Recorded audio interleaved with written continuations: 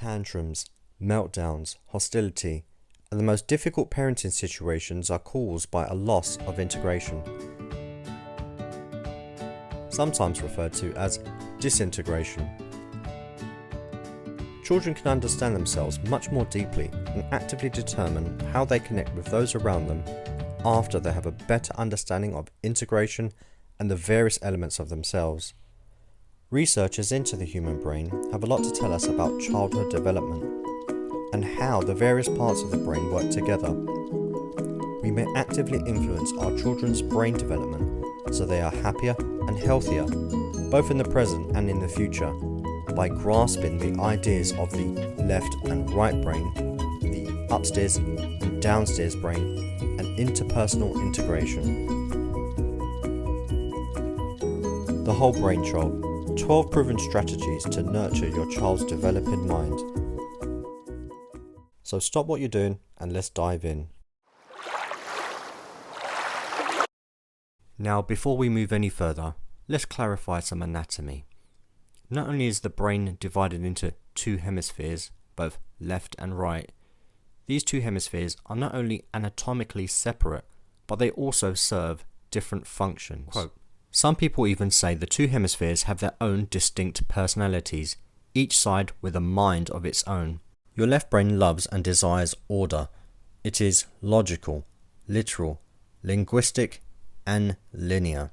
The right brain, on the other hand, is holistic and non-verbal, sending and receiving signals that allow us to communicate, such as facial expressions, eye contact, tone of voice, posture, and gestures. Quote, instead of details and order, our right brain cares about the big picture, the meaning and feel of an experience, and specializes in images, emotions, and personal memories.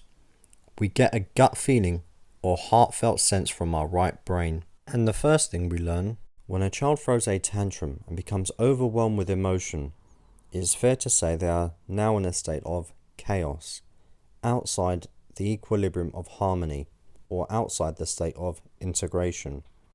As parents and adults, our intuition tells us to use logic and reasoning to bring the child back into a state of harmony, which is precisely what needs to happen. However, you fail. The reason for this failure is because we have neglected to connect with the right brain. Until we satisfy the emotional needs of the right brain, the emotions, the anger, the feelings are simply amplified, and the tantrum continues. A better strategy would be to use comfort, body language, tone of voice, showing signs of empathy, allowing the right brain to become more settled and in a less state of chaos. And then we learn the technique, connect to redirect. Once the right brain has become settled, the child is able to see from a more logical and analytical point of view, further enhancing the integration of the horizontal brain. In the second technique, we learn to use narratives and storytelling. Name it to tame it. Traumatic or stressful memories can be tamed by naming them. A child's mind is more apt to deal with stressful memories when they have identities, which further incorporates the integration of the left and right brain, as the left brain deals with the details of those memories, while the right brain revisits all the emotions attached to those memories. In this section, we come to understand the importance of the upstairs and downstairs brain. Perhaps one of the most powerful ideas from the book is about understanding the difference between your child's upstairs and downstairs brain.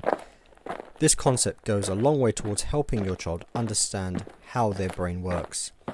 Additionally, developing an awareness of the upstairs and downstairs brain and when and how to respond to each one can make us more effective parents when it comes to exercising drama-free discipline with our children. So here's how it works.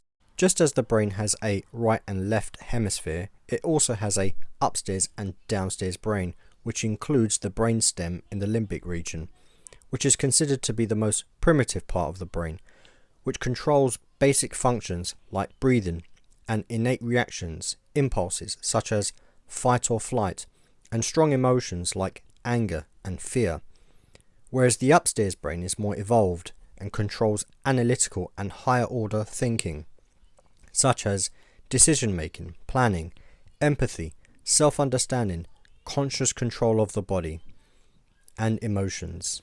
The goal of the parent is to help your child build a staircase between the upper and lower brain so they can work together or become vertically integrated. We need to consider that the upstairs brain of a child is still under construction and will not always be available, so as parents you must keep your expectations reasonable. Another important factor in vertical integration is the amygdala. The job of this little grey mass located between the upstairs and downstairs brain is to process strong emotions, particularly fear and anger. For instance, sometimes we need to react before we think, in moments where danger is immediate. In the case of fight or flight, if a big scary animal is about to eat you, it's the amygdala's job to take over and direct immediate action without getting the upstairs brain involved, which will slow things down in analytical thinking. And in children especially, the amygdala tends to jump in too often and block the staircase between the upper and lower brain.